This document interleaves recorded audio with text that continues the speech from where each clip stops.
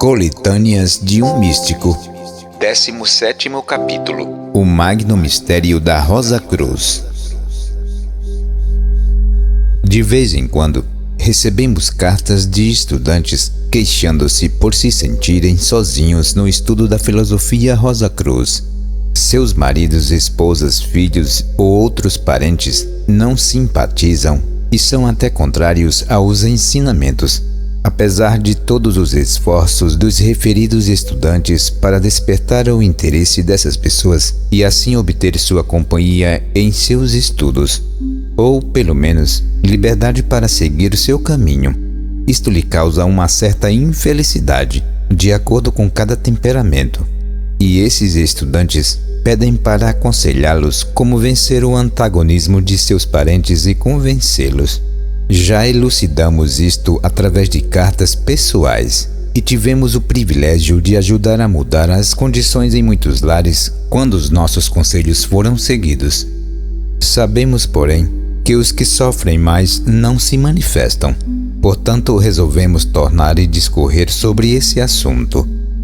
Diz muito acertadamente que um pequeno conhecimento é uma coisa perigosa, e isto se aplica inteiramente tanto aos ensinos Rosa Cruzes como a outros assuntos. Sendo assim, o primeiro passo é avaliar se temos o conhecimento suficiente para sentirmos-nos seguros. Em decorrência disso, faço uma pergunta. O que é o ensinamento Rosa Cruz, que tanto querem compartilhar com os outros e aos quais eles se opõem? Serão as leis gêmeas de causa e renascimento? Elas são excelentes para explicar muitos problemas da existência. São um grande conforto quando o ceifeiro da vida aparece e nos rouba um ante próximo e querido. Mas não devemos esquecer que existem muitas pessoas que não têm interesse por tais assuntos. São tão incapazes de utilizar esses conhecimentos quanto um surdo-mudo o é para usar um telefone. É verdade que trabalhamos com um aproveitamento maior quando conscientes da lei e seus objetivos. Porém, não esqueçamos que essas leis trabalham para o bem de todos, quer tenhamos conhecimento disso ou não. Portanto, esse conhecimento não é essencial. As pessoas não sofrerão nenhuma grande perda por não seguirem esta doutrina e podem até escapar do perigo de possuir um pequeno conhecimento. Na Índia, onde estas verdades são conhecidas e milhares de pessoas acreditam nelas, sabemos que fazem pouco esforço para o progresso material, porque sabem que têm tempo infinito, e o que não conseguirem nesta vida, conseguirão em próximos renascimentos.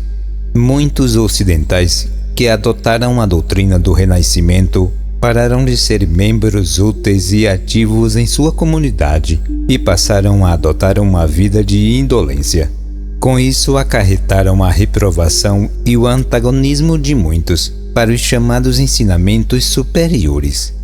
Se seus amigos não quiserem aceitar esses ensinamentos, deixem-nos em paz. Fazer conversões não é o ponto essencial dos ensinamentos Rosa Cruzes.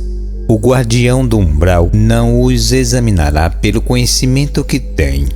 Poderá até admitir alguns totalmente ignorantes quanto a este assunto e fechar a porta a outros que devotaram toda sua vida ao estudo e ao ensino destas leis. Então, se as doutrinas de causa e renascimento não são essenciais, o que fazer da constituição complexa do homem? Certamente é essencial saber que não somos simplesmente este corpo visível. Temos um corpo vital que deve ser carregado com energia, um corpo de desejos para gastar essa força, uma mente para guiar nossos esforços pelos canais da razão. E somos espíritos virginais envolvidos num véu tríplice como egos. Será essencial saber que o corpo físico é a contraparte material do espírito divino, que o corpo vital é uma réplica do espírito de vida, que o corpo de desejos é a sombra do espírito humano, enquanto a mente forma a conexão entre o tríplice espírito e o tríplice corpo? Não é essencial saber essas coisas. Esse conhecimento, quando usado adequadamente, é uma vantagem, mas pode ser também uma desvantagem evidente no caso dos que possuem somente um pequeno conhecimento. Existem muitos que estão sempre meditando sobre o eu superior, enquanto esquecem-se completamente dos muitos egos inferiores gemendo de miséria em suas portas. Existem muitos que sonham dia e noite com o momento de empreender em seus voos de alma diários como auxiliares invisíveis, e assim aplacarem os sofrimentos dos enfermos e infelizes. Porém, são incapazes de gastar um só centavo numa corrida de táxi para levar uma flor ou uma palavra de carinho a uma pobre alma solitária que está num hospital. Repito que o guardião do umbral admitirá mais facilmente aquele que faz o que pode do que aquele que sonhou muito e nada fez para ajudar seus irmãos sofredores. Se pudéssemos fazer com que as pessoas estudassem os ensinamentos Rosacruzes sobre a morte e a vida pós-mortem, acharíamos importante que tomassem conhecimento da existência do cordão prateado, que permanece sem se romper por um período de aproximadamente 3 dias e meio depois que o espírito deixa definitivamente o corpo denso. Ele não deve ser perturbado enquanto o panorama da vida, que acaba de findar, está sendo gravado no corpo de desejos, que servirá de árbitro de sua vida no mundo invisível.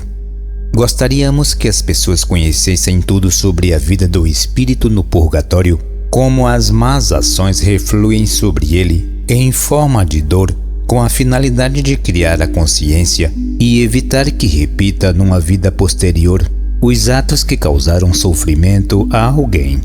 Faríamos com que soubessem como as boas ações da vida são transformadas em virtudes que serão utilizadas em vidas posteriores, como já foi explicado várias vezes em nossa filosofia. Os estudantes devem ficar surpreendidos com a afirmação de que o conhecimento das grandes leis gêmeas não é essencial. A próxima afirmação de que não é importante se outros expliquem a constituição do homem de forma diferente poderá escandalizá-los. Certamente sentir-se-ão chocados ao ouvir que os ensinamentos Rosacruzes, referentes à morte e à passagem do espírito para os mundos invisíveis, são comparativamente desnecessários para o objetivo que visamos alcançar.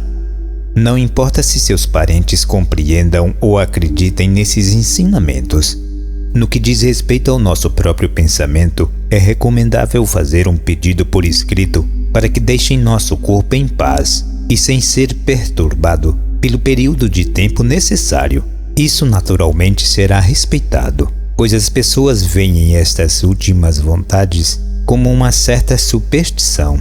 Se algum dos nossos amigos morrer, nós deveremos estar lá com nosso conhecimento e poderemos proceder de maneira correta para com ele.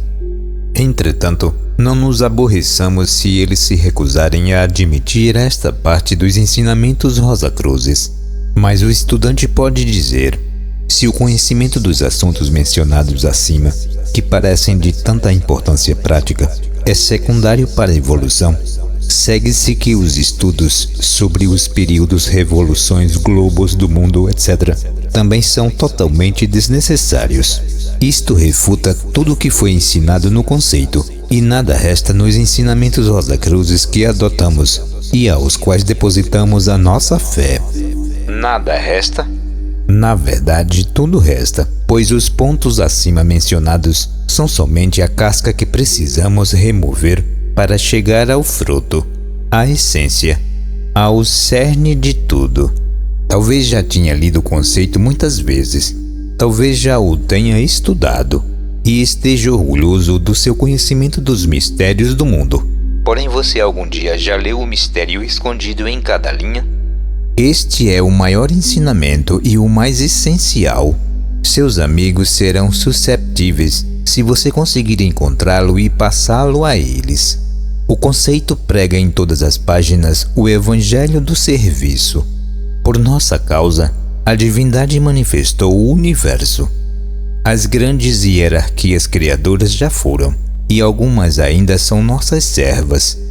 Os luminosos anjos estelares, cujos corpos ígneos vemos movendo-se no espaço, trabalhando conosco durante eras, e no devido tempo, Cristo veio para dar-nos o ímpeto espiritual necessário para aquela época. Também é extremamente significativo que na parábola do juízo final, Cristo não diz: "Bem fizeste, ó grande erudito e filósofo, que conheceis a Bíblia, a Cabala, o conceito e todas as outras literaturas misteriosas que revelam os intrincados trabalhos da natureza." Mas ele disse: "Bem fizeste tu, bom e fiel servo. Entrarás na alegria do teu Senhor, pois eu estava com fome e me deste de comer. Eu estava com sede e me deste de beber." Não há menção alguma à palavra conhecimento. Toda a ênfase está na felicidade e no serviço. Existe uma profunda razão oculta para isto. O serviço constrói o corpo-alma, o dourado manto nupcial, sem o qual nenhum homem pode entrar no reino dos céus, ocultamente chamado de a Nova Galileia. Não importa se estamos conscientes ou não da marcha dos acontecimentos, contanto que efetuemos fielmente o nosso trabalho. Além do mais, à medida que o luminoso corpo-alma cresce internamente e ao redor de uma pessoa, essa luz ensinar-lhe-á os mistérios sem a necessidade de livros. Aquele que assim aprende sobre Deus sabe mais do que tudo que está contido nos livros do mundo. No devido tempo, a visão interna ser-lhe-á aberta e o caminho para o templo ser-lhe-á mostrado. Se queremos ensinar nossos amigos, não importa quão céticos sejam, acreditarão em nós se pregarmos o evangelho do serviço. Mas precisamos pregar através da prática. Precisamos tornar-nos servos dos homens, se quisermos que acreditem em nós. Se quisermos que nos sigam, precisamos dar o exemplo. Caso contrário, terão o direito de questionar nossa sinceridade. Lembre-se, tu és uma cidade sobre uma colina. E quando fazemos afirmações, ele tem o direito de julgar-nos através dos nossos frutos. Portanto, falemos pouco, sirvamos muito. Existem muitos que gostam de falar durante uma refeição como a vida deve ser inofensiva e pacífica. Mas, obviamente, o assado vermelho sobre a mesa e o cigarro na boca anulam essa asserção.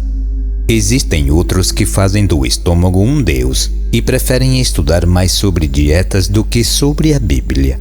E estão sempre dispostos a fazer com que seus amigos os ouçam discorrer sobre as últimas novidades em alimentação. Conheci um homem que era dirigente de um grupo esotérico. Sua esposa era contra o ocultismo e contra a abstenção de carne. Ele a obrigava a preparar seus legumes e avisou-a que se ousasse trazer carne para sua mesa, contaminando seus pratos e sua alimentação, ele a expulsaria de casa juntamente com todas as panelas. Acrescentou ainda que se ela quisesse proceder como um suíno, deveria ir comer carne num restaurante. Estranharemos que ela tenha julgado a religião por este homem e não a quisesse seguir? Certamente ele foi culpado, pois era o tutor do seu irmão. E embora este seja um caso extremo, torna a lição mais óbvia. É uma glorificação eterna para Maomé, sua esposa, ter sido sua primeira discípula e ter elogiado sempre a sua bondade e consideração em casa. Este é o exemplo que todos deveríamos seguir se quisermos levar nossos amigos para a vida superior, pois embora todos os sistemas religiosos difiram externamente, a essência de todos é o amor.